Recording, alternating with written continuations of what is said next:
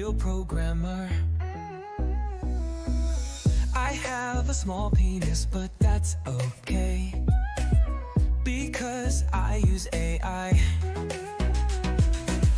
I have a small penis, but that's okay, because I know React. I have a small penis, but that's okay, because I use Rust. No, I am not a real programmer. I'm a LARPer who loves AI. No, I am not a real programmer. I'm a LARPer who loves React. No, I am not a real programmer. I'm a LARPer who loves Rust. No, I am not a real programmer. I'm a LARPer who loves AI. AI makes me feel like a true programmer. AI makes me feel like a true programmer. AI makes me feel like a true programmer.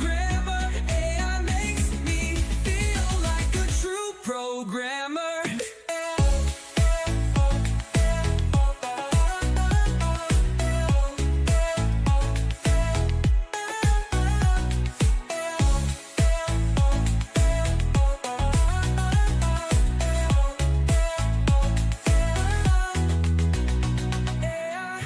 makes me feel like a true programmer. AI makes me feel like a true programmer. AI makes me feel like a true programmer. AI makes me feel like a true programmer. AI makes me feel like a true programmer. I have a small penis, but that's okay. I'm a real programmer.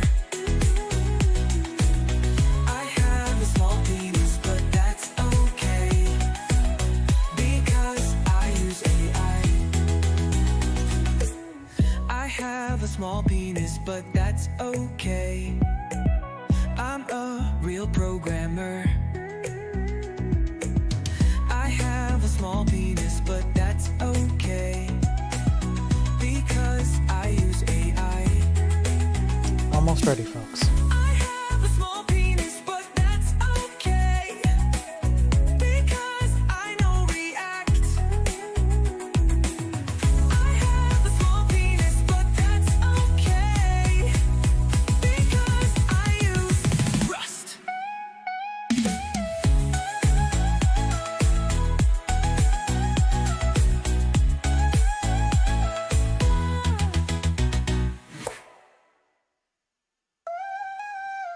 Yeah. Yeah. Yeah. You sit there crying like a baby, all because you wanna be lazy. Fight back hard when someone tells you your abstractions won't save you. But that spirit's gone when we're in the bedroom, asking AI, how do I big coom? Listen here, you programming boy child, under shit your code gets filed. How hard is it to wrangle JS? Be a man in code with no less. You don't need those silly abstractions. React won't save you from performance infractions. Did you really think you could keep me while clutching to Rust for memory safety? Like a child with his blanket, your manhood, you sank it. No surprise to me though, code like a real man, bro.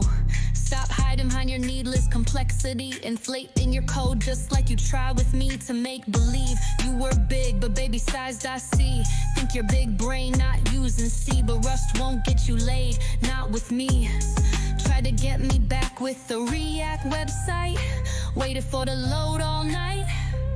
Just like that one time you couldn't perform. Real men hype my media, you little worm. Just get to it, use CSS. But I bet money and take a wild guess. It's too scary for your childish brain, so you'd rather anguish and pain. With build tools and compile times, committing cold war crimes. There's no way you're for real, just like your AI. But keep talking to it, maybe it'll love you when you die. There's no saving you from your own disgrace. While quality your code does place. Grow a pair and stop crying. Your lazy shortcuts align. Your code runs so hot, it's frying. So many security holes, we're crying. You ain't even trying, and nobody's buying. Your laggy glitch product, go home, shit your pants. It's all that you got, get used to your hands. Almost ready, almost ready.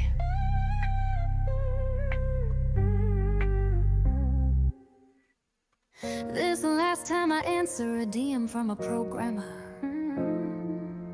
Said he had a big old package from me like he was Santa.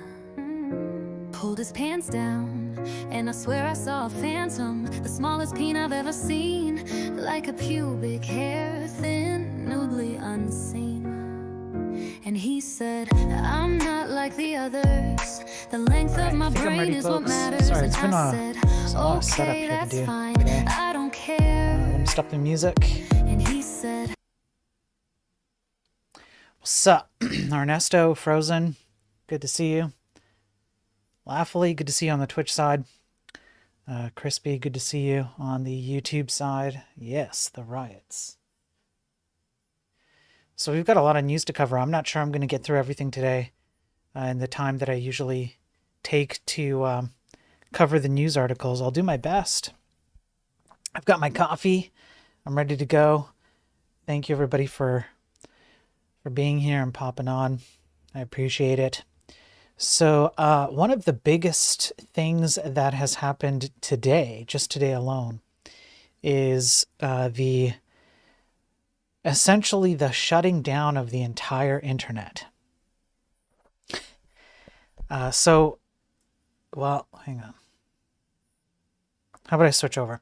So over here.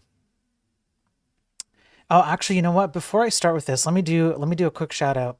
I don't know if Dex is around on the YouTube side. He might not be, but he dropped $50 on the tip jar yesterday, and I didn't get to shout him out. So thank you to Dex for the $50.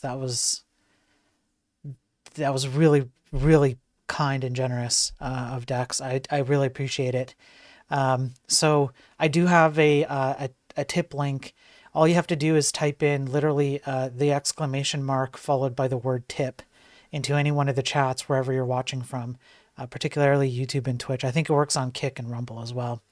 And there's a link at the beginning of the videos and the end of the videos, and you can help me reach my goal, which is like, I don't know, it's like there's a timeline I set for the goal. I don't remember what it was, like a month or something. But I just wanted to leave this up there because that was very kind and I wanted to give a proper shout out. What's up, Babe, on the YouTube side? Okay, so back to this. Yeah, the internet went down. As far as I can tell, it is not known exactly why, but Discord was down for a while in terms of particular features. I believe it was like image uploading and whatnot. That seems to be fixed. They're now showing operational. NPM was also down, and as of a minute ago, as I started the stream, essentially, apparently everything is fixed. And so NPM is essentially a very stupid, it's just stupid. It's a stupid third-party package management system. It's complexified the web. It's complexified everything. All of these third-party systems that everybody is dependent on. It's just ridiculous how far we've gone with this. I think it needs to just be done away with. If I had it my way, I would just completely remove third-party dependencies wholly, and you go back to the old way, which is you looked at source code and you pulled in what you had to pull. I'm sick and tired of this. I think it's done nothing but harm at the short-term, let's say, feelings, right, of well, we've improved things so much, things go faster. So I don't know what the reasoning behind what actually happened here, but I'm pretty sure that it started with NPM and then it led to Git, Discord, etc. You can see that the Down Detector website showed a massive increase in a lot of other services: Spotify, Google Cloud, AWS, Pokemon, UPS. I mean, it goes on and on and on. You can see the chart here. So many of them. What's up, D on X? Good to see you. all over, or it's just more control. No, yeah. I mean, yeah. Hey, Josh, good to see you on the YouTube side. Yeah, it is. It's everything is centralized, right? Deport all the third-party dependencies. That's right. Someone on LinkedIn said that. I don't know who. Someone on LinkedIn said deport all the third-party dependencies. I like that. I'm going to post that as the next tweet. So yeah, something happened here. I think this needs to be done away with. This has been bad. Our giving our responsibility to third-party systems like this and then doing the whole package management stuff, no bueno anymore. It's not good anymore. And all it does is it centralizes authority, kind of like a trust the experts kind of thing. And what are we getting out of it? One of these things only one of these things needs to go down is what I'm trying to say. And then you have essentially something like this. I mean, you can't argue that there is a centralization factor here. You can't argue that. You'd have to be a complete moronic idiot to argue that. And the reason why you'd have to be a moronic idiot is because if it's not a systemic centralized problem, then you wouldn't be seeing downtime across multiple services like this. It just wouldn't happen, which means that there was some third-party dependency from all of these services that went down. And somewhere along the way, because of poor security practices, stupid decisions we've been making in the tech industry, AI, sloppy code, take your pick, put them all together, and you have somewhere along the line a particular portion of the chain of the link of chains or whatever. One of those links is weak, and it caused all of this downstream. So this has to stop. Like this is it, and I just want you to picture, if you're not a programmer, I just want you to think about what this means for your data, your privacy, the amount of stupidity that goes into setting up these services also goes into creating the code that you run on your machines, on your phones, in your cars, on construction sites, in malls. Take your pick. All of those same stupid practices are all replicated everywhere. That's why you're so frustrated with everything. And this is just a very explicit, overt result of all of these stupid practices in front of your screen right now. Couldn't it be Cloudflare too, like that regexp? It could be. It could be Cloudflare, but I think Cloudflare went down after Lightspeed. So I don't know. I can't make any judgment calls yet on what actually happened. I just have to let this play out and then wait for the information to come out on what happened. It's the best I can do. So I'm going to keep an eye on that, and we'll see what shakes loose. And obviously when the information comes out, I'll review it for sure. And we'll go over it here. Because, yeah, hot damn. Okay, now, if you're paying attention to anything in the United States in terms of newsworthy items, you'll know that there are right now protests and riots and, whatever you want to call them in LA, mostly centered around de-immigration policies and things that are happening. There's a lot going on there. I just want you to be careful. I'm keeping an eye on this, and I'm doing a bit of a deep dive on how tech is influencing the views that people have on these protests. Just be careful. Yeah, terrorism. Yeah, pretty much.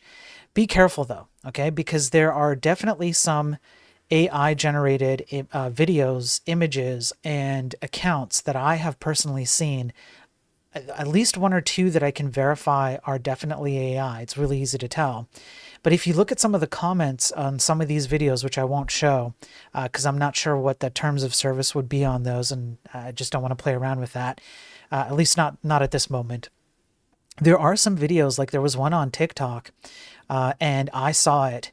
And some of the comments are like, well, clearly this is fake AI videos. And the video shows that somebody makes like a Molotov, things like that.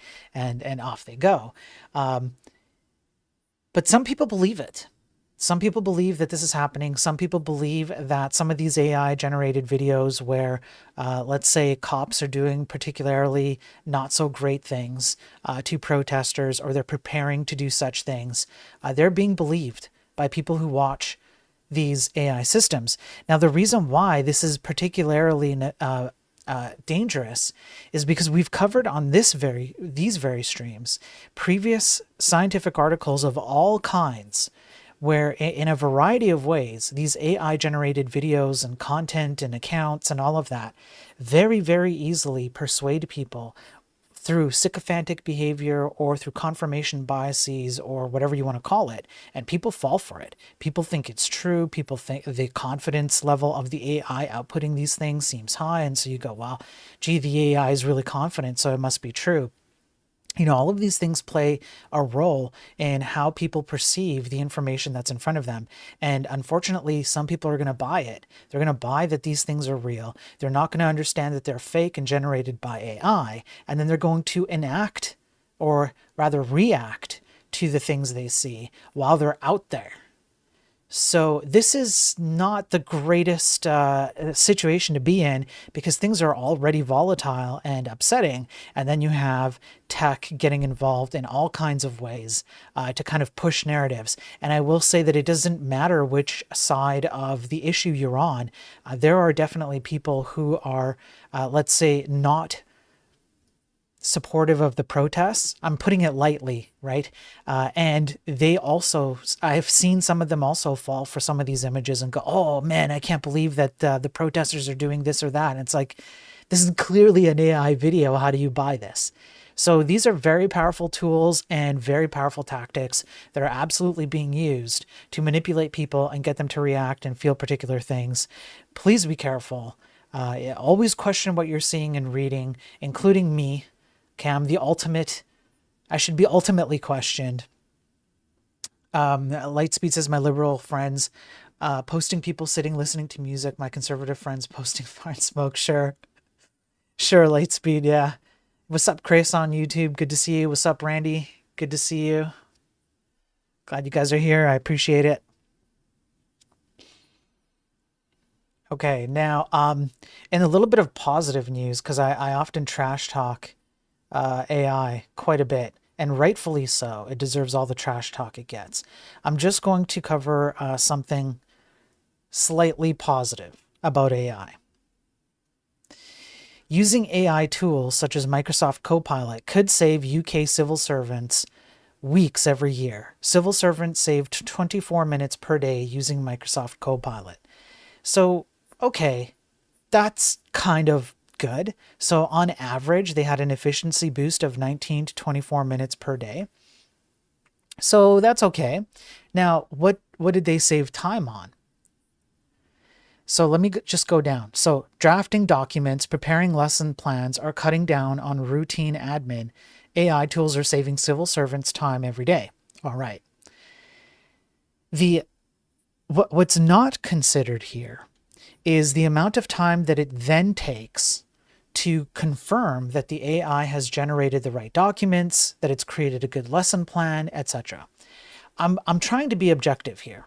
I can understand how AI might take a bunch of data and generate a document for you faster than you could generate it. And I'm going to go ahead and say that if you are someone who puts a human in front of that AI output, and the human verifies very, very judiciously what the AI output is, then maybe you are going to save some time.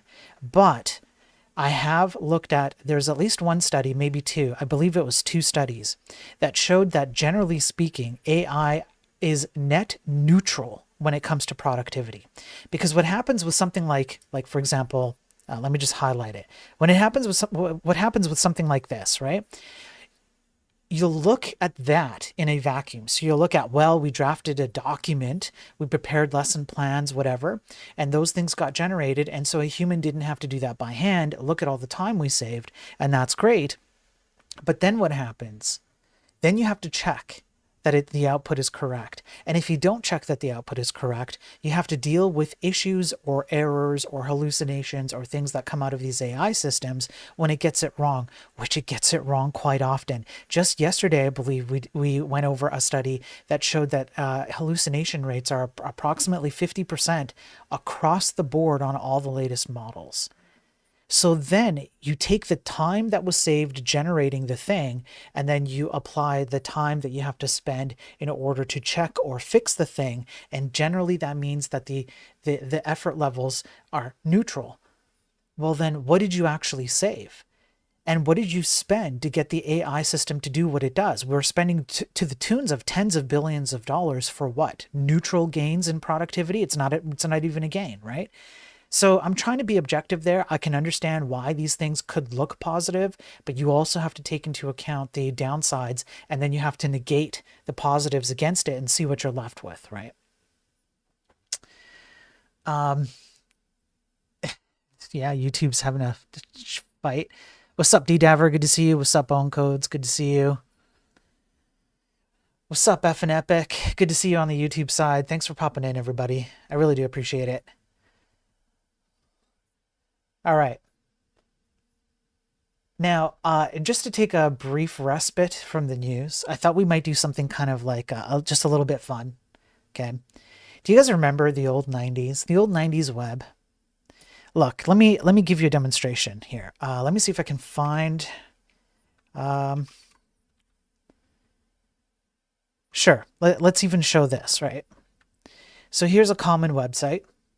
It's flat. Right? The buttons look flat.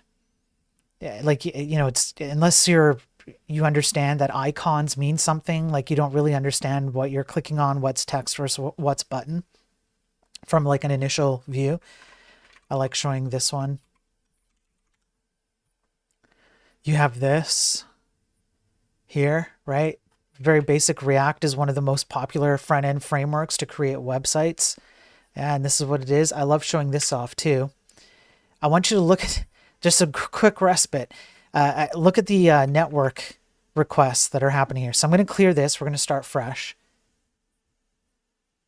Oh, they haven't fixed it. Yeah, they haven't fixed it. And I can just keep doing this all day. This is the state of front end with the most popular front end framework created by React cultists, because React is a cult. It's just not an overt cult, but it is a cult. And I've done this before several times. This is the peak state of front-end web development, where I can just sit here and just hover over. Everything is flat. Everything is homogeneous. There's no character anymore. You know, everything kind of sucks, right? So look at that. Look at this. Let me see if I can do this right here.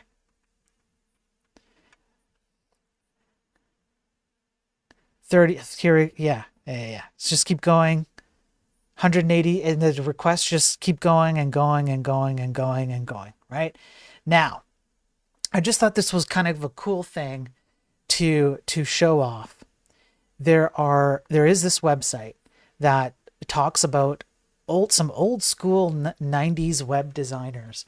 And I thought this was nice because it kind of harkened back to the days when people had more character with the websites they created.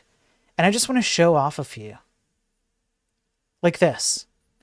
Now, I understand. This can be considered ugly. Compared to the design paradigms that we have available to us today, it could be considered ugly. But there was some character in this, down to the choice of the background color and the color of the links and the little icons that were presented and so on and so forth. Right? How about this? There's character behind this. There's you start to get a sense of who is running the website, who's authoring the website. How about this? I know maybe it's not the most prettiest thing with all these like interactive widgets and clicking on this and doing cool stuff, but honestly, where has the current paradigm of stuff like let's see, Tailwind CSS. That's a very I'm doing a video on why you shouldn't use Tailwind CSS because it's absolute dog crap. But this is the kind of website, right? Where's the character here? This is so like corporate-y and blocky and just like, there's no character in this, and this is the default styles that you get out of Tailwind. Compared to that. This is what we lost, folks. We lost this along the way. We lost character. How about this? Yeah, Abe. Remember doing HTML in Notepad and loading it? Yeah, that's right. Yeah. When you had the ability to change something in a file and then you could do an immediate reload and see all your changes. There was no compilation step. It was all instant.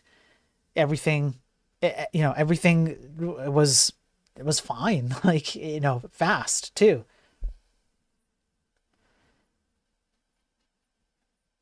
How about this? This is a personal site, and this kind of stuff, there was character behind it, right? It was. How about this? What about software? You guys remember this? What the hell happened to this?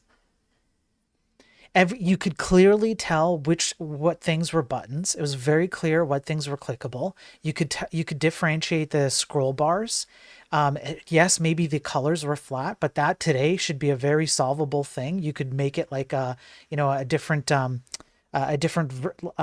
color variations to kind of like make things pop out. The entire paradigm of UI design has completely. It started with good intentions, but man, did it fail to execute, right? Odin, Bill from Odin said he's something about making a web UI that would be like Flash. Yeah, he's going to work on an entire UI thing, totally. Thanks, Abe.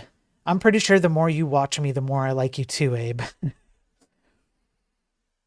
Okay, there's more here, right? There were even some nice websites that had multi-column layouts that still had like a grid-like pattern, looked nice. Maybe they're not the most up-to-date standards in terms of design, but they're nice.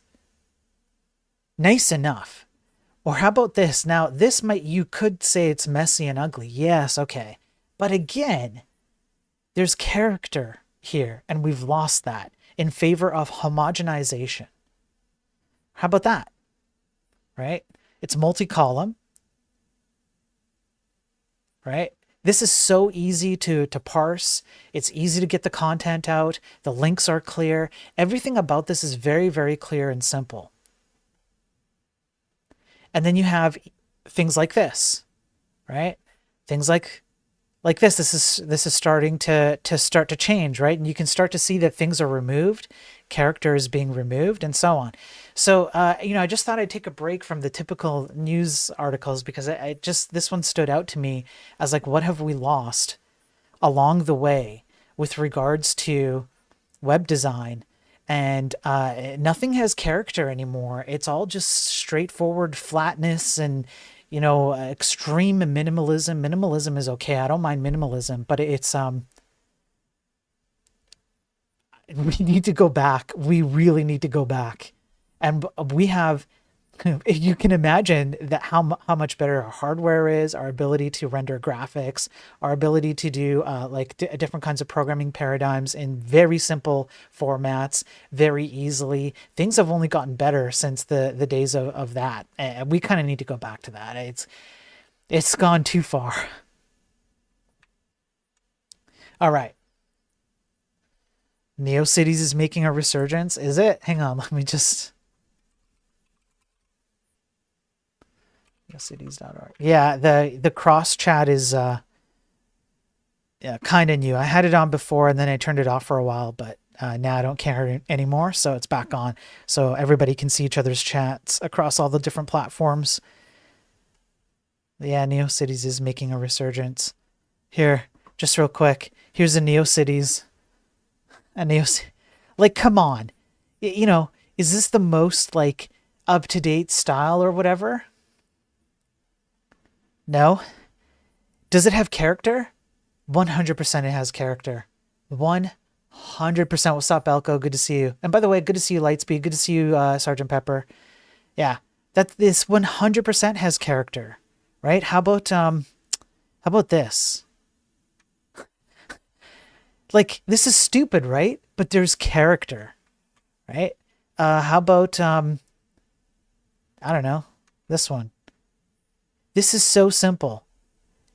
So simple. And it's even got responsive design for on mobile, but there's character in it. So, anyways, these are things that that we really need to get back to.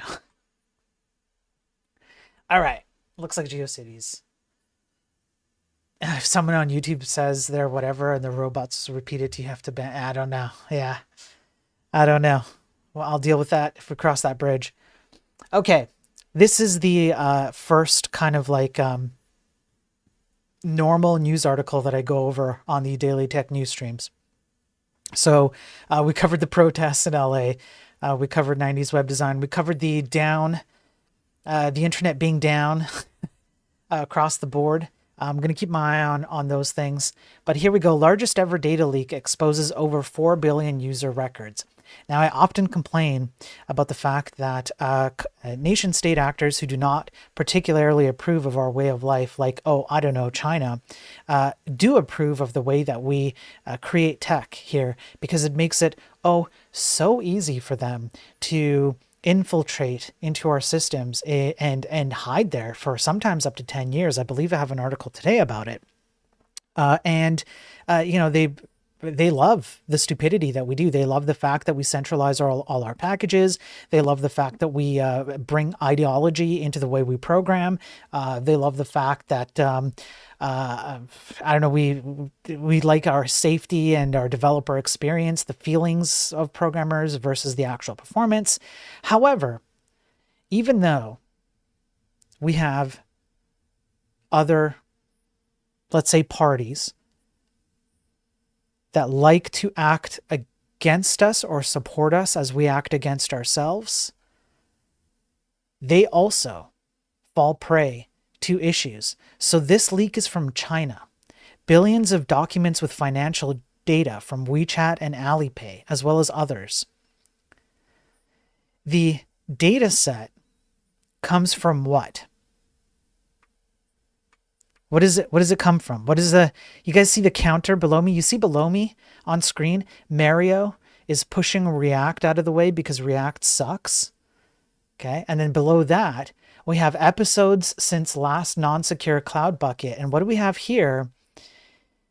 A humongous 631 gigabyte strong database was left without a password, publicizing mind-boggling 4 billion records. So guess what we get to do to that counter? We get to let me go over here and do bucket counter. We're going to increase that. Okay. So now it's minus 303.5. All right. These numbers don't mean anything. They don't mean anything. Except for the number of insecure, non-protected buckets that contain all this kind of data. So even China is, not exempt from this. You can see this is a MongoDB database, and you can see the structure of the data here. So what was the data that got leaked? There's an address DB, which has residential data with geographic identifiers. There's one called Bank, which is 630 million records of financial data, including payment card numbers, dates of birth, names, and phone numbers. And the biggest collection, 805 million records, WeChat ID, which points to the data coming from WeChat, which means that they might have identification data about who you are. So, yet again, okay, so it doesn't matter who you are. You can absolutely be affected by weak practices. These should be fundamental things that we should be able to absolutely locked down in 2025. And yet it just seems like we just continue to neuter our own industry, our own programmers, sysadmins, DevOps, etc., by making them feel good by automating away their responsibilities so that they have nice developer experience. Now, some good news. Gang members who hacked police systems to dox victims sent to prison. What happened here? Some cyber gang members got access to a policeman's account. And it's federal law enforcement, okay? So somehow they got access to one of these law enforcement officers' accounts through illegal means, and they then pretended, they impersonated this law enforcement officer. They illegally accessed government database and even faked life-threatening situations to bypass criminal procedures through which they could obtain sensitive personal information. They threatened innocent victims' livelihoods and were found to have joked about their deceptive, exploitative, and calculated scheme in messages with each other. So the two people involved have pleaded guilty. And what happened was that they got stolen credentials to a database. And the intel inside of that database was non-public records of narcotics and currency seizures. It included even things like social security numbers and whatnot. So once they have access to all of that, then what they start to do is they start to blackmail the victims. And so they would go, you're either going to hand over control of your Instagram account, or we're going to publicly expose all of your dirty little secrets on a public website, including your security number, driver's license number, home address, and other personal details, which they provided proof that they had. You're going to comply to me if you don't want anything negative to happen to your parents. That's the level of blackmail that was involved in this. Now, who wouldn't be afraid if you have a criminal history, for example, there's proof of it, they have all this information, and then they threaten your parents on top of that? You're probably going to do whatever they want.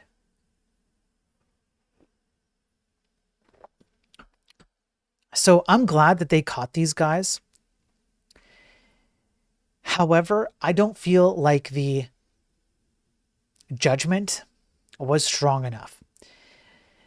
27 months for aggravated identity theft and conspiracy to commit computer intrusion, and then the other guy got 25 months sentence for the same charges. In my opinion, not strong enough. We have to take people like this, at least a few of them, and at the very least make an example out of them. That's my opinion. However, I am glad that they were caught. Okay, that's why you're supposed to do the negative stuff on a burner. Yeah, of course. Now, speaking of Chinese, OpenAI says more Chinese groups are misusing ChatGPT. So what they're doing, groups in China who are creating, say, fake images, creating malware, generating bad websites, social media accounts, resumes, etc., are using ChatGPT to just create more of these things at a faster rate than ever before. However, it's not just that. China-linked threat actors used AI to support various phases of their cyber operations, including open source research, script modification, troubleshooting system configurations, and development of tools for password brute forcing and social media. So these AI systems, like I've warned, are going to be used for nefarious purposes, and it's only going to get worse, and you're going to see all of these things get generated more and more and more. And we covered, I believe it was yesterday or maybe the day before, that there are some hackers who are hacking other hackers in order to expose the hackers. So there's like good hackers and bad hackers. And then you have law enforcement, and then you have consumers, and et cetera, et cetera, et cetera. These AI systems are only going to enable everybody involved to generate more slop, to find more ways to get into systems and act nefarious motivations out in real life. And the people who promote AI the most, the AI cultists who say, nope, there's nothing wrong with AI, or if I've literally had this argument thrown at me, if AI does anything wrong, we'll just ask AI to fix it. Those people have no moral grounds upon which to say that this is bad, because this is what they wanted. You wanted this, you asked for it, you promoted it, you pushed it, you asked everyone to go pedal to the metal. There are no moral claims that you can make to say that this is bad, because you never considered that while you were jumping on the hype train or drinking the Kool-Aid from the AI cult. Actors have a director. Usually, yep. All right, up next, some unfortunate health news. I don't know if Ross is here. Usually Ross is on the Twitch side. I don't think he's here right now, but I should put up another counter for how many episodes since the last healthcare leak. Because we get so many of them. Specious says, my hope is the crap internet gets so useless that a more walled garden becomes viable. Wondered if Starlink was going to do that, to be honest. I don't think Starlink is going to do that. I think Starlink is just access. Starlink is just limited to internet access. I don't think Starlink is going to create a walled off garden of the internet. But I have predicted, I put my prediction out there. I can't back away from it now, but I've said that in the next 10 months, approximately, something big and dramatic is going to happen, particularly with AI. And we're going to have to take a step back and wonder what the hell we were thinking. I don't think that dramatic moment has happened yet, but I do think it's coming.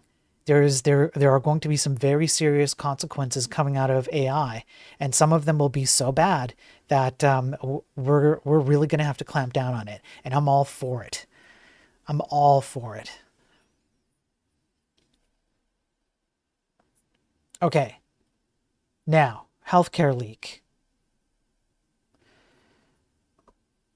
Ketering Health ransomware attack claimed by Interlock gang. 941 gigabytes of stolen data.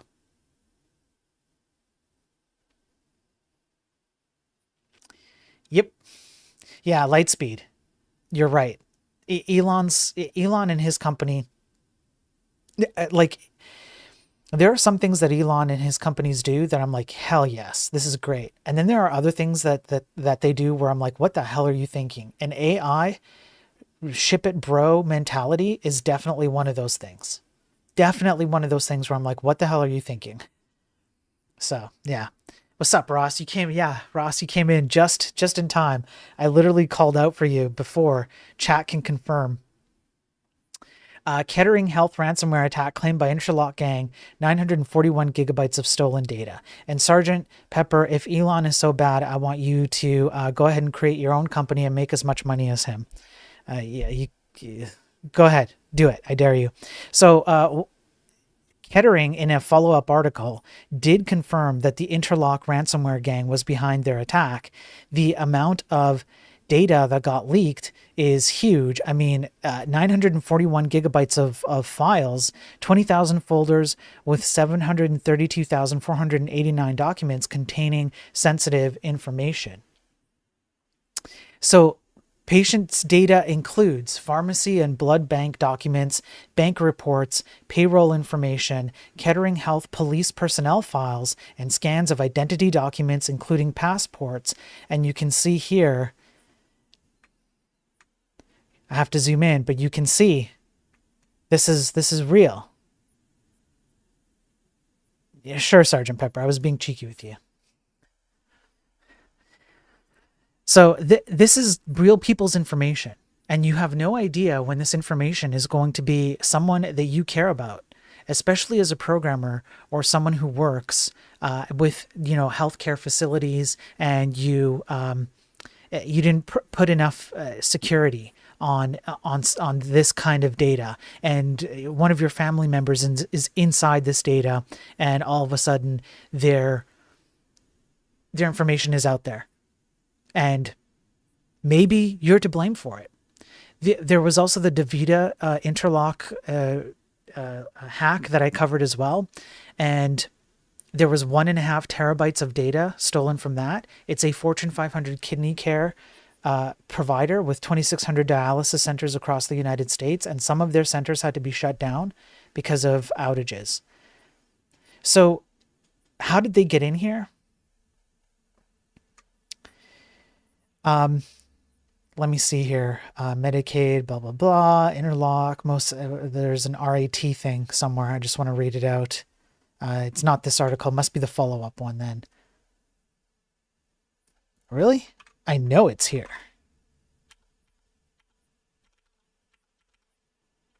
Okay.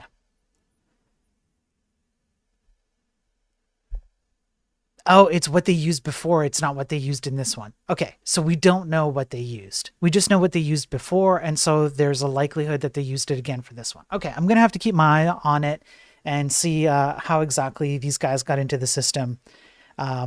I must have misread this morning and thought that that's how they got in. Remote access Trojan is essentially when they convince you to download something or to go to a particular website, and then it's a Trojan horse, right? And it gives remote access to nefarious people like Interlock over here, and then they get access to all your data. Now, if you have watched my streams for a while, a few weeks ago, I covered a few articles where cryptocurrency holders who have a lot of money in crypto are being targeted, and they're being targeted partially because their information is being leaked by leaks such as literally what we just went over. And then they get access to their information, like how much money they're worth, for example, how much crypto they're holding. And they're being kidnapped, particularly in France, tortured. And at least 1 or 2 people have lost a finger during the torture phase in order to get access to their crypto wallet. In a bit of good news, suspected serial kidnapper, yes, a serial kidnapper of crypto entrepreneurs arrested in Morocco. So they tracked this guy down. He's 24.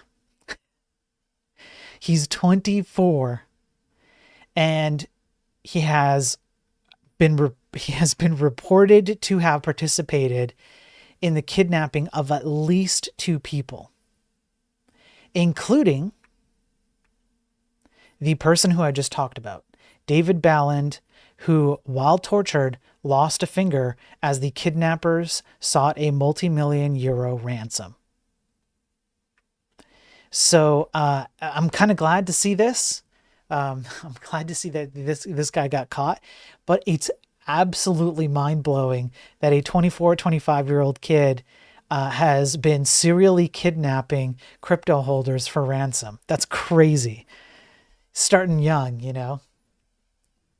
Lightspeed, yes, you can actually be remote accessed from websites. Yeah. For example, there was one I went over, it was like somewhere between 2 to 4 episodes ago, where if you go to a particular website, there was a 0-day exploit where JavaScript code could be executed on the website so that it could read random memory from your machine. Something like that. Something along those lines. So once you've gotten to that point, it's like, okay. This one is to kind of make people aware that these things happen. One sec here. I gotta pull it up correctly. Sergeant, you're in charge of chat. All right. Okay, I'll let those 2 load, and then what I'll do is I'll switch over to a different one. We'll go back to those two after they're loaded because it's a bit weird. So, Sergeant, you're no longer in charge of chat. You failed. Something that hits close to home. Okay? We'll talk about this one. So, in Canada, there's some bad things happening. Let me switch my camera. So, there is a new bill. Government buries lawful access provisions in new border bill. Okay. And there's a Strong Border Act bill, which was initiated partially because of Trump and the new idiotic Prime Minister Carney. And they're kind of like, stuff's happening with the border, right? And so there's a bill being proposed. I think actually it's passed. I'm pretty sure that this actually passed. I'm almost positive that it passed. And let's look at some of the things that were included in this bill. The bill creates, The bill creates a new information demand for law enforcement that does not require court oversight. A peace officer or a public officer may make a demand in Form 5.0011 to a person who provides services to the public, requiring the person to provide, in the form, manner, and time specified in the demand the following information: whether the person provides or has provided services to any subscriber or client or to any account or identifier specified in the form, etc., possesses any information about it, provided in Canada, municipality of Canada, etc., and it keeps going and it keeps going. What they are essentially saying here is that if you are suspected, that's essentially right here. If you are suspected of having committed a crime, or that you are about to commit a crime because of information that you have, say, provided in the form that you're filling out, there is no court requirement for a police officer, especially when you're going over the border, to demand of you your online subscriber information, right? And IP addresses. So if you have an internet service provider, or you've been going to particular websites or things like that, they can simply just demand for it, and it must be handed over without a court order. So just the mere suspicion that maybe you're someone of questionable behavior, or you're going to be of questionable behavior, means that the police in Canada, especially when going over the border, can now get whatever information they want out of your internet service provider, and AKA you, because they can kind of bypass you, right? They can go right to your internet service provider, and they can determine where you've been, what you're subscribed to, your IP address, etc. So, yeah, I thought I'd bring that one up because that's my home country. That's my home country, all right? I definitely wanted to raise awareness of that. And just note, it's not clear, but the bill might allow for when people come over from the US to Canada, if you use any of the internet providers, like say on your mobile phone, or you go to a hotel and you use the internet at the hotel here, if the police suspect that you might be questionable, which they would if Sergeant Pepper comes over, anytime Sergeant Pepper comes over, it's immediately questionable, then they can just track you at that point. I believe that the bill leaves that open for that. So you don't even have to be a Canadian citizen. It's a very good way to circumvent citizenry or citizenship and rights by just saying, well, we're just asking the internet service provider for information about this particular individual. So just be careful, all right? Be careful out there. Canada's getting stupid. And I'm going to be talking a lot more about Canada in upcoming streams and the amount of stupidity that's there. I've talked a bit about it with the UK, but Canada's kind of following suit. All right, the other two articles I wanted to cover are loaded up. This is for just general purpose awareness. Research reveals how fake social media accounts could be the cause of serious activity breaches. I don't even really need to read the article, but there are some statistics that are interesting here. So essentially, it's warning you that if you are finding people who approach you online and they're strangers to you and they send you links or ask you for information, your first mode of operation should be to assume that they are nefarious, not real, AI generated, etc. However, there was a survey done of I can't remember how many people, I think 2,000, there we go, 2,000 participants, and 17% didn't see trade secrets as important.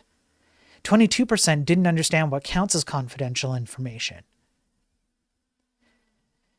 With 80% of people surveyed stating they've seen suspicious or fake accounts, and 77% of respondents receiving link requests from strangers. So this happens quite a bit. And again, just to go back to, I want to go back to this one, right? And with AI enabling this more and more and more, this is only going to get worse. So your default assumption on the internet right now has to be that everything is fake until proven otherwise. You have to, unfortunately, you need to put on that as your default mode. Canceling my vacation to Canada? Damn it, Ross. Damn it. All that tourist money gone. Good things the cops are always known to be good guys. Yeah, D-Daver, right? Every single time. Come on, D-Daver. Oh, Canada, yeah. Bill C2 says it's in second readings of the House of Commons. Okay, so it's not passed. All right. So I'm glad that I qualified my statement as I'm pretty sure. Okay, so hopefully it does not pass. Hopefully it does not pass. All right, the next article.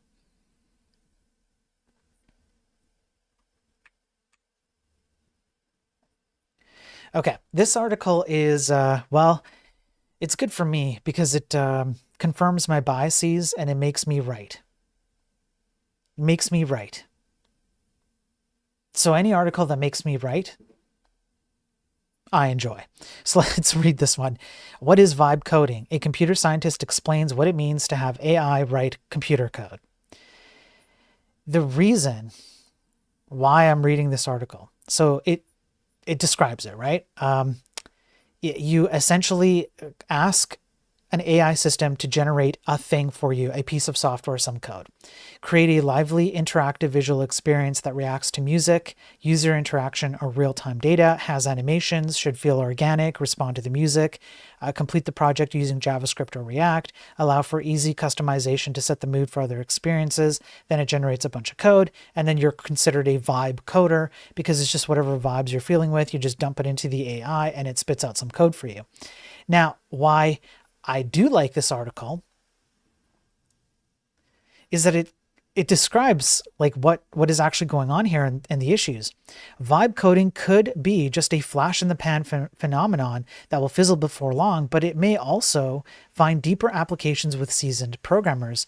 The practice could help skilled engineers and developers more quickly turn an idea into a viable prototype. It could also enable novice programmers or even amateur coders to experience the power of AI, perhaps motivating them to pursue the discipline more deeply. I will say that there is a little bit of merit to these. Prototyping, exploring some ideas, getting your feet wet in a particular paradigm.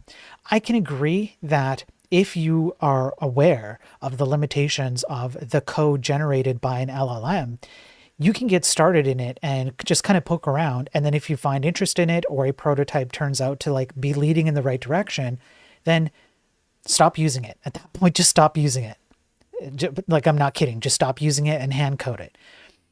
The thing that the other things that this article covers is some of the issues that come with using AI to generate code. Using AI tools to do this without any real grasp of specific rules, edge cases, or security requirements are some of the issues. It's a far cry from the processes behind developing production-grade software, which has to balance trade-offs between speed, scalability, sustainability, security, etc. Skilled engineers write and review the code, run tests, and establish safety barriers before going live.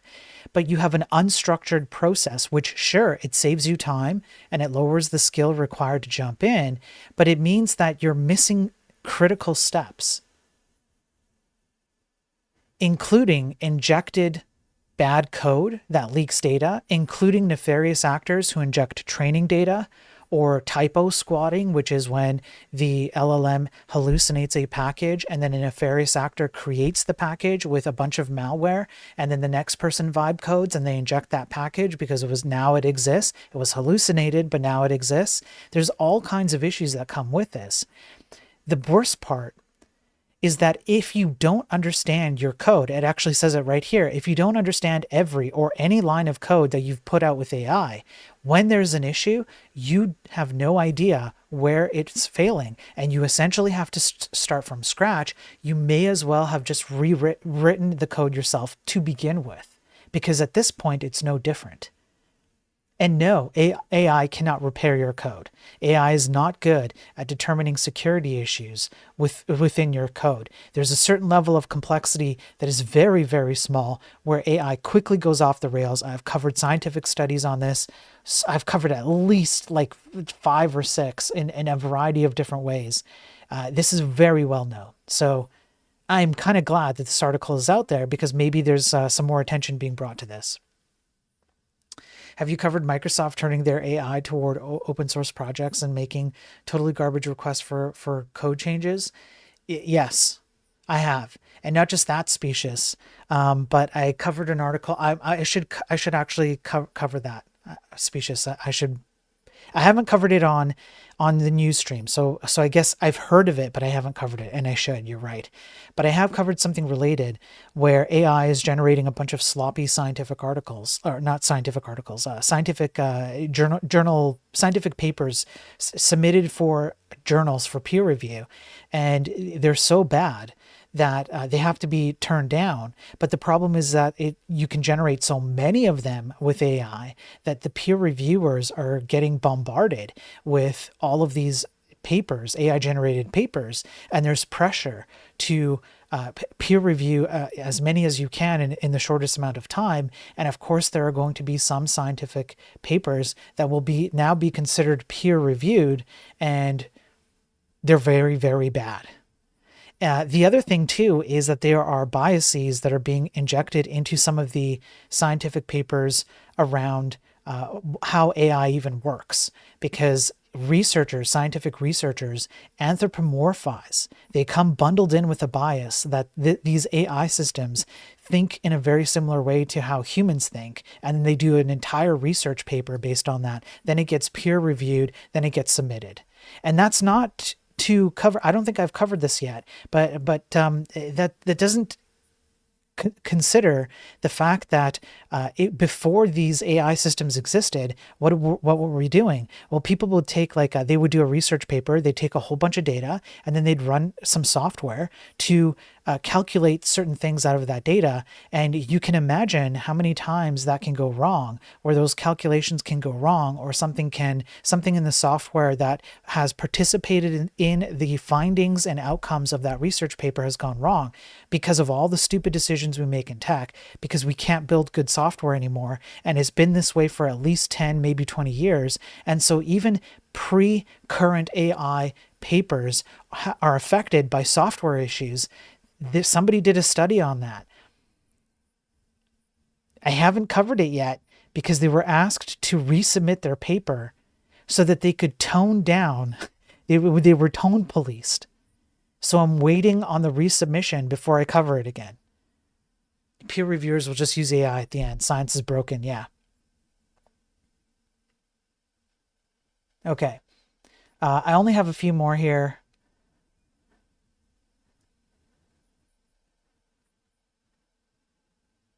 Okay, this one's next. Crims stole 40,000 Crims. Damn, there's a word. Crims stole 40,000 people's data from our network, admits publisher Lee Enterprises. So there is a newspaper publisher that says that 40,000 people had their data taken from a network attack earlier in the year. They're an Iowa-based company. They confirmed first, last name, social security numbers were among some of the details, not all of the details. 39,779 affected individuals, and certain employees were impacted as well. It doesn't seem like they suffered any downtime, but just in case there's somebody out there who is affected by this, or who, I don't know, works with Lee here with publishing, just know that this happened. There's, again, what have I been saying? Where is it? This is just another third party. They're getting help from a third party vendor, but I wonder whether a third party vendor was involved in the unauthorized access. So it's not that unusual to get help from an external party to figure out what happened, but I wonder if part of it is because they absconded their responsibility to a third party to begin with. Now, the next two, apparently there is a tech spy war happening between two companies. I've been kind of holding on to this, but I think there's just enough information to make it a little bit entertaining. So it started with a company called Rippling, which is an HR company. They do things like manage your payments and vacations and things like that. And then another company called Deal, which is a rival company. And they've gone to court against each other, claiming corporate espionage. Yeah, Louis on Rumble, if you're a third party, you're getting deported. Yeah, I like it. So, new spying claims emerge in Silicon Valley corporate espionage scandal. A bitter fight over alleged corporate espionage involving two of Silicon Valley's hottest startups took a twist when the one accused the other of spying. The latest claim comes after Rippling alleged earlier this year that a staff member had been spying on behalf of Deal. The employee locked themselves into a bathroom and smashed their phone with an axe when confronted with allegations, according to their own testimony. We've got like Mission Impossible style espionage happening here. Deal has countered by arguing that Rippling has been actively engaged in a carefully coordinated espionage campaign through which it infiltrated Deal's customer platform by fraudulent means and pilfered the company's most valuable proprietary assets. Now, I do have a question. How the hell did you get an axe into the office?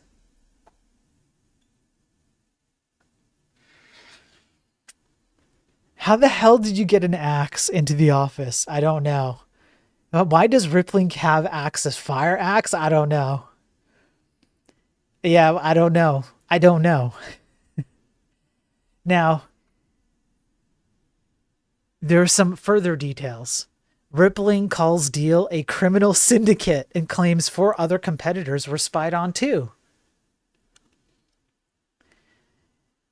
So let me just go down here. Yada yada yada. The complaint says that there are 1 or more additional victims who are major competitors of Deal in the employer of record market. They believe more witnesses will come forward. Deal said, "This is far-fetched. What the hell are you talking about?" So Rippling's amended suit also alleges that Deal's CEO Alex Bouaziz was the direct mastermind of it all, sharing screenshots of messages as its evidence. And although this is a civil suit, Rippling is now implying that this could be a criminal matter. So here's an exhibit from the court case. Okay, and somewhere down here,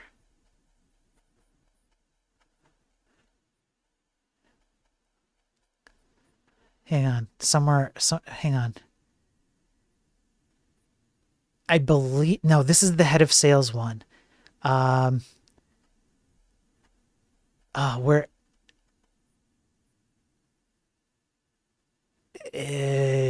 no, this is not it. You're offering that this is the battle that they had on the amount of money for hiring people. Okay.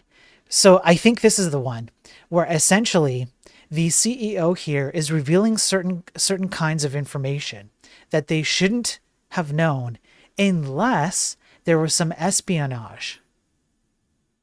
Unless Deal had this information from Rippling via espionage. And so that's why the implication is being made that the CEO of Deal must have coordinated it or at least been aware of it. This case is about a criminal syndicate that operated from the shadows of a multi-billion-dollar technology company, Deal, the complaint reads. So now there's racketeering, there's Trade Secrets Acts, there's CEOs are being pulled in. And look at this, Alex Spiro, the lead attorney of Rippling is Alex Spiro. Spiro is a former prosecutor for the Manhattan District Attorney's Office. He's also well known in the legal world that he has his own Wikipedia page. Using words like criminal syndicate in the civil case would be a deliberate choice. So this is kind of ballooning into something that, it seems like a Hollywood movie, right? It's absolutely ballooning. And the employee was caught, the employee with the axe was caught in a Rippling set honeypot, both he and Rippling say. So they honeypotted the employee because they figured out who, this person's, doing whatever, espionage, and then an axe to the phone, came after that. So this is super interesting to me. I find this to be a little bit humorous. However, I'm just going to throw something out there, and I'm going to put on my Goomba hat. Okay, so this is my conspiracy theory hat. Imagine being honeypotted by your own employer, yeah. Okay, so conspiracy theory time. If this kind of ridiculous espionage in tech is happening between two companies dealing with HR, which, mind you, is pretty sensitive data, right? If you would probably want to have access to people's personal HR information. Can you imagine the kind of espionage that happens that we don't hear about? And maybe espionage that happens from other countries that we don't hear about.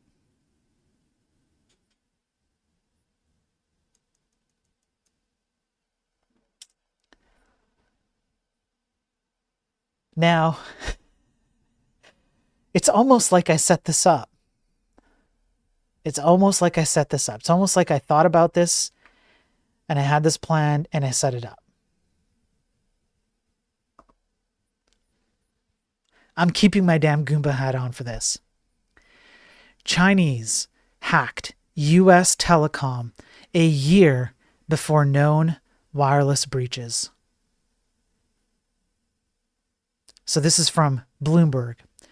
Corporate investigators found evidence that Chinese hackers broke into an American telecommunications company in the summer of 2023, indicating that Chinese hackers perpetrated the U.S. communications system earlier than publicly known. Investigators working for the telecommunications firm discovered last year that malware used by Chinese state-backed hacking groups was on the company's systems for 7 months, starting in the summer of 2023, according to two people familiar with the matter in a document seen by Bloomberg News. The document, an unclassified report sent to Western intelligence agencies, doesn't name the company where the malware was found, and the people familiar with it declined to identify it.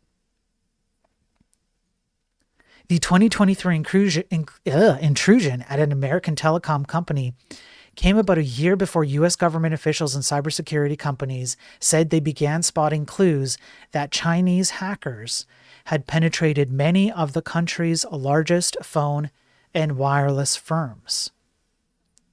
They're blaming Salt Typhoon, a hacking group we have talked about before. They don't know if it's foreign espionage or to what degree. They just know that they're Chinese. So, I don't know. What do you say, right? What do you say to that? because obviously it happens. And it happens like kind of silently, right? What you don't truly know how long these actors have access to all of the data that they have access to.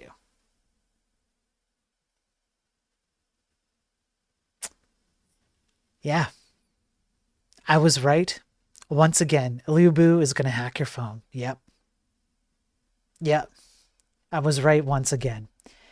Okay, so I have two more, and the last one is a little bit depressing. Let me take off my Goomba hat.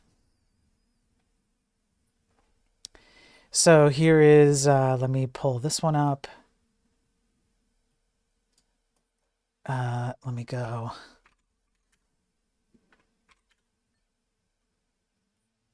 Like this, because I got to pull it up properly and zoom it in.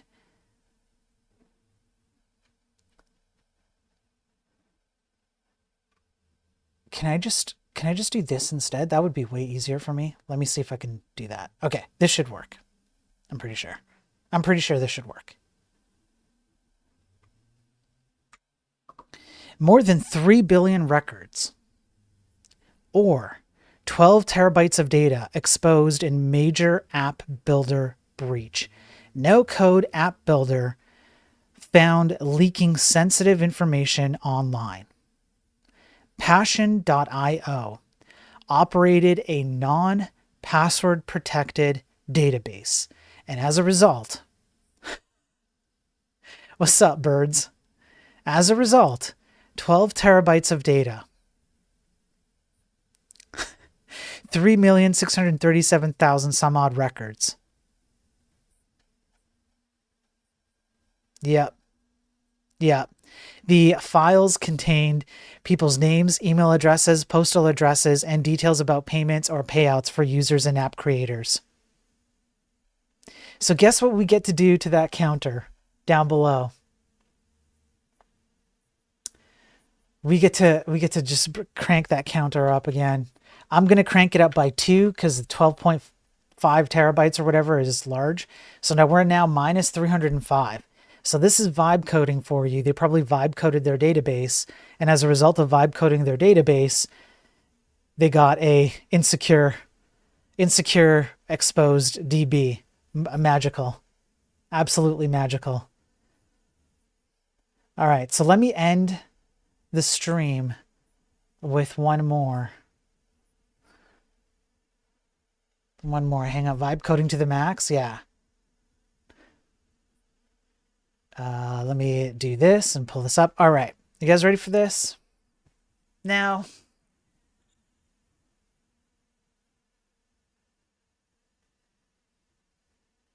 AH, shut up. No. React and okay, fine. React and LLM might be fine because LLM is trained on React quite a bit. Okay, fine. Maybe React and LLM is okay because at that point you've accepted so much crap, you might as well just have the LLM automate the crap for you. Okay, so fine. But beyond that, no, AH. All right, get out of here. I'm going to time you out. I'm trying to think how exactly I want to word this.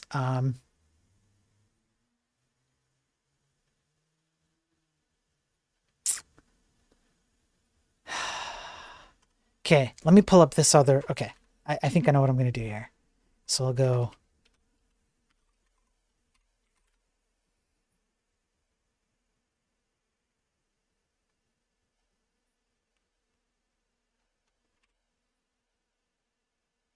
Okay. As you might guess, governments have cloud-based services. And cloud-based services for governments hold all kinds of government level data, right? I mean, that's what we're talking about here. Is this stuff doesn't make, it's not that complicated to follow.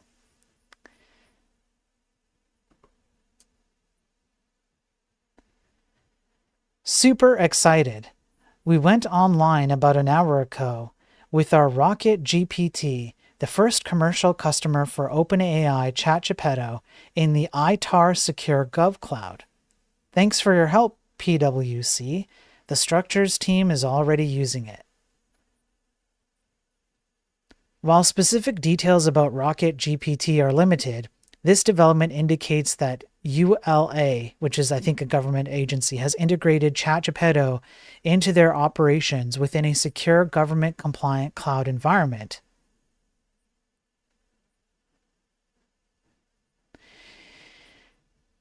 OpenAI's ChatGPT Gov is a tailored version of ChatGPT designed for U.S. government agencies. It allows for deployment within Microsoft Azure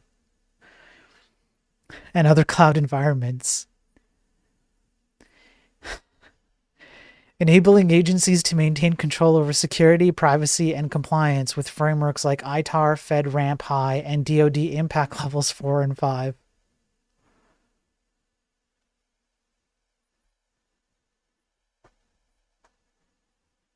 Code Matt, it's funny the pronunciation of ChatGPT differently on Rob's show. Yeah, well, I couldn't just say ChatGPT, right? People wouldn't really recognize that. So, I guess what's happening here is that, in particular with ITAR. So, I just want to dig into this a little bit.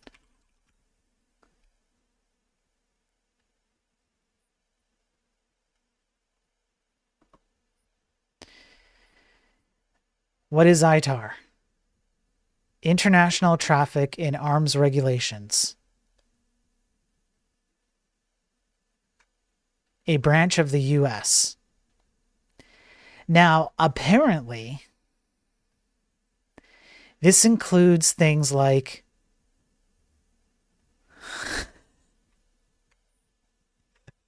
I just want you to see just some of the things that Rocket Geppetto will have access to. 63 episodes of Daily Tech News, and we have reached the point. We have reached the point where AI systems are going to have access to, I'm not even sure I can actually say the words on screen because of terms of service. But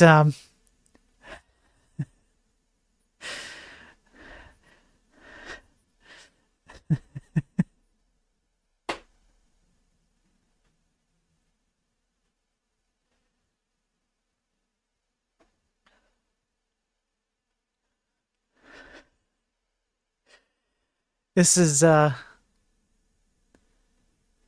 bros, we're cooked. Yeah, we're cooked. Yeah, my prediction, it's looking real. Yes, D-Daver, right? So, I have been hesitant to say that people will lose their lives in accordance with the prediction of we're about 10 months away from something bad happening. But each week goes by that I do these streams, the more likely it's becoming to me that these AI systems will indeed do something that will 404 people's lives. And all it has to take is one or two people in a dramatic way to suffer from AI doing something terrible with something like this. This is insane. This is so insane. And, pretty soon, very quickly, you're going to be seeing quite a turnabout with the AI hype. I don't want that to happen. I don't want anybody to lose their life because of this stupidity. It's so stupid. It's so dumb. Just imagine. I just want you to picture, okay? Just picture you're walking outside, right? And you're just like you're gonna walk to the mall. Maybe like you're holding your kid's hand, right? And you're about to cross the street. And then you look down and there's like a shadow on the ground and you think maybe it's your kid. And then the shadow gets bigger and bigger.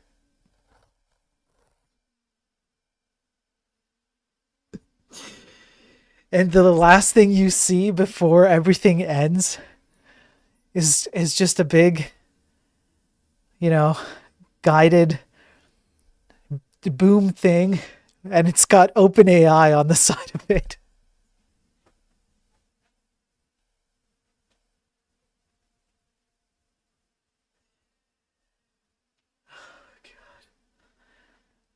And then Sam Altman is in his office petting a black cat, going, "Yes, yes, yeah, yeah." It's not because AI is so smart that it felt like you were a waste to the world. No, it's just because it's so stupid that it thought you had to go.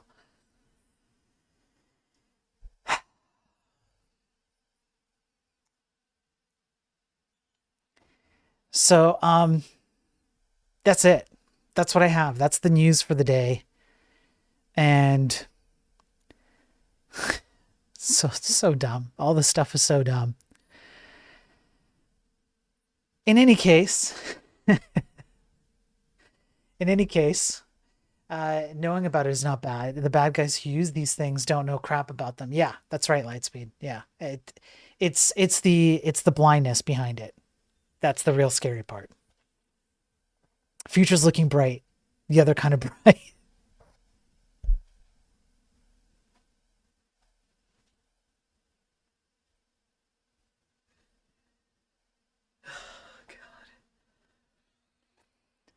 All right, that's it. I'm out of here. As usual, as usual. I really appreciate everybody who popped on.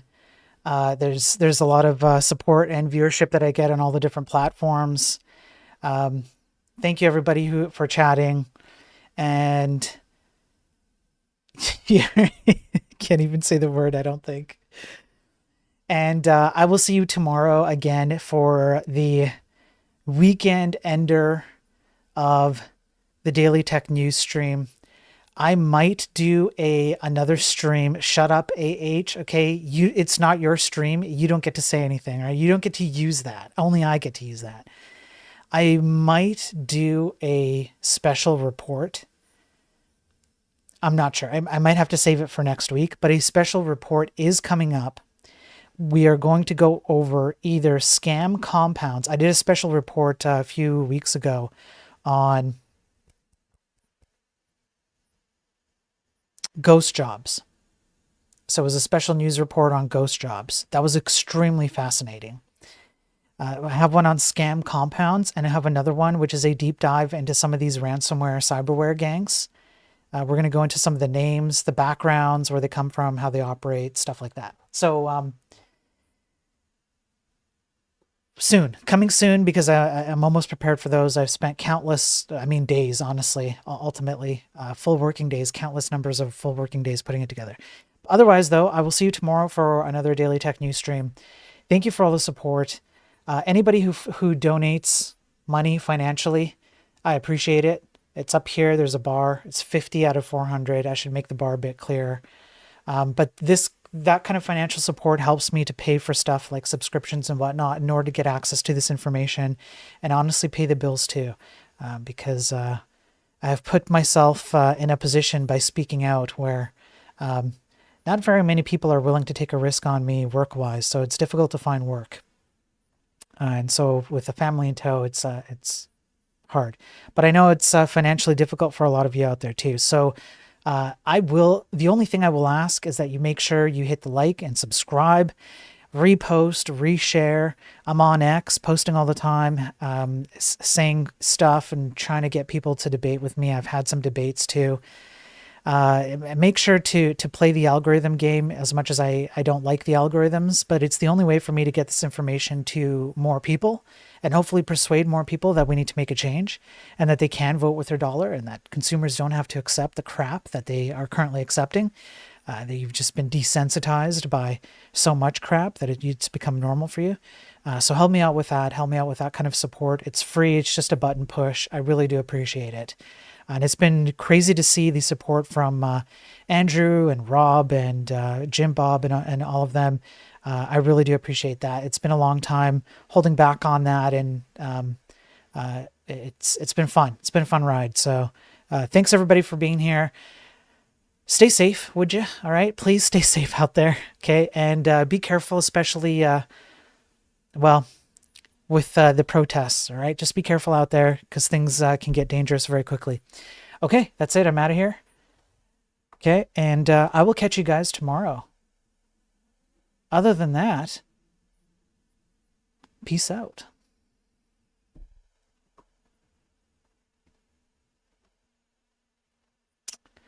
Oh, wait. Right. Oh, guys. There's a court case that has fallen on my desk.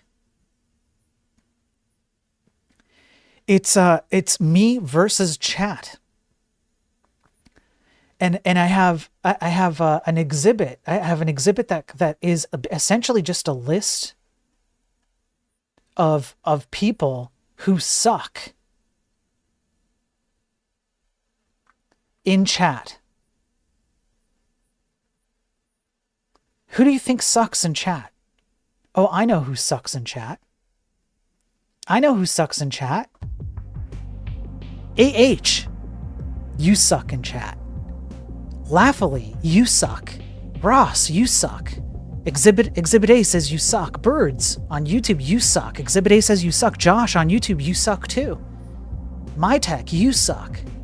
Ross, you suck. Louie, you suck. Lightspeed, you suck. Sergeant Pepper, you're on the top of Exhibit A. You're like right up there, right up at the top. D-Daver, you suck too. Code. Fortunately, Code, you're at the bottom of the list. You're at the bottom of Exhibit A, but you're still on here. Okay? Birds, if I didn't say you suck before, you do definitely suck. Species, you suck. Louie, you suck. MyTech, you suck. Abe, you suck. Pig, you suck. Chris, you suck. Crispy, you suck. D on X, if you're still here, you really suck. Effing Epic on YouTube, you suck. Randy West,